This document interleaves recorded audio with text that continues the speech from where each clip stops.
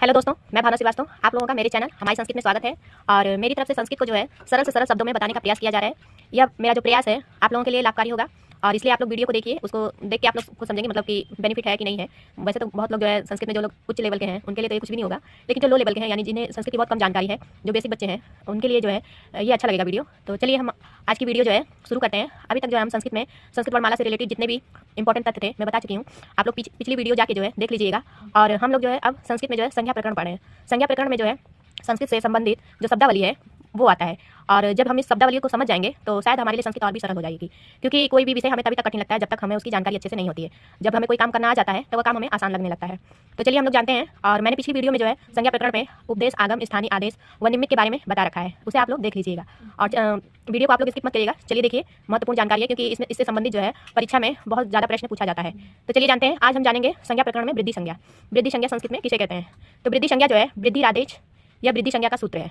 वृद्धि आदेश जो है वृद्धि संज्ञा का सूत्र है और यह संज्ञा सूत्र है।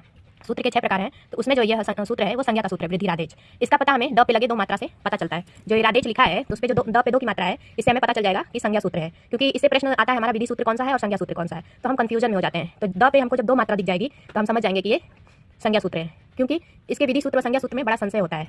क्यों? क्योंकि इसका जो विधि सूत्र है वो वृद्धि रेची है। तो इसमें भी देखिए एक मात्रा ऊपर है, यहाँ पे 2 मात्रा है। तो विधि सूत्र पूछा जाएगा तो एक मात्रा ऊपर लगा हुआ दिखेगा आपको, और संज्ञा सूत्र पूछा जाएगा तो आपको द पे 2 मात्रा देखने को मिलेगी। और परीक्षा में जो है जल्दबाजी में हम लोग यह डिसाइड नहीं कर पाते कि कौन सा संज्ञा सूत्र है और कौन सा विधि सूत्र है।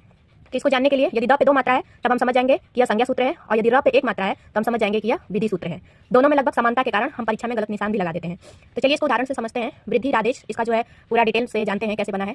तो वृद्धि आदेश में जो इसके टुकड़े करेंगे तो एक शब्द बनेगा वृद्धि, दूसरा बनेगा आत और तीसरा बनेगा एच। एच जो हमारा प्रत्याहार है, तो वृद्धि यानी बढ़ेगा। आत यानी आत में जो हलंत त है ये नहीं लेंगे, तो आ का जो मात्रा है आ, इस बड़ा आ ये रहेगा, और एच प्रत्याहार में हमारा आई और ओ वर्ण आता है। तो हमारे 3 वर्ण हो गए आ, ए और ओ। तो वृद्धि हमारी कब होगी? जब आ रहेगा, ए रहेगा और या अव रहेगा, यानी ये तीनों वर्ण जो है संस्कृत में वृद्धि संज्ञक वर्ण कहलाते हैं। प्रश्न ये भी पूछा जाता है कि वृद्धि संज्ञक वर्ण कितने हैं? तो वृद्धि संज्ञक वर्ण जो है हमारे 3 हो गए, आ, ए और ओ। इन तीनों वर्णों को संस्कृत व्याकरण में जो है वृद्धि संज्ञा कहा जाता है।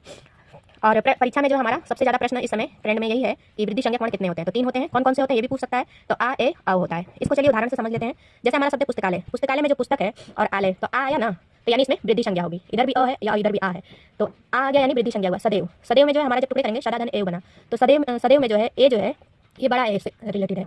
और जो शब्द हमारा महौषधि, महौषधि में जो महाधन औषधि है, यानी पहले पुस्तकालय में आ गया इसलिए वृद्धि संज्ञा हो गया इसका, और दूसरे उदाहरण सदैव में ए आ गया इसलिए इसकी वृद्धि संज्ञा हो गई, और महाऔषधि में जो है अव आ गया है इसलिए इसकी वृद्धि संज्ञा हुई है। यानी पुस्तकालय में आ, सदैव में ए और महाऔषधि में अव जो है वृद्धि संज्ञा है, और आ, ए, अव जो है हमेशा वृद्धि संज्ञा रहेगा। चलिए मेरी वीडियो में जो भी त्रुटि हो उसको आप लोग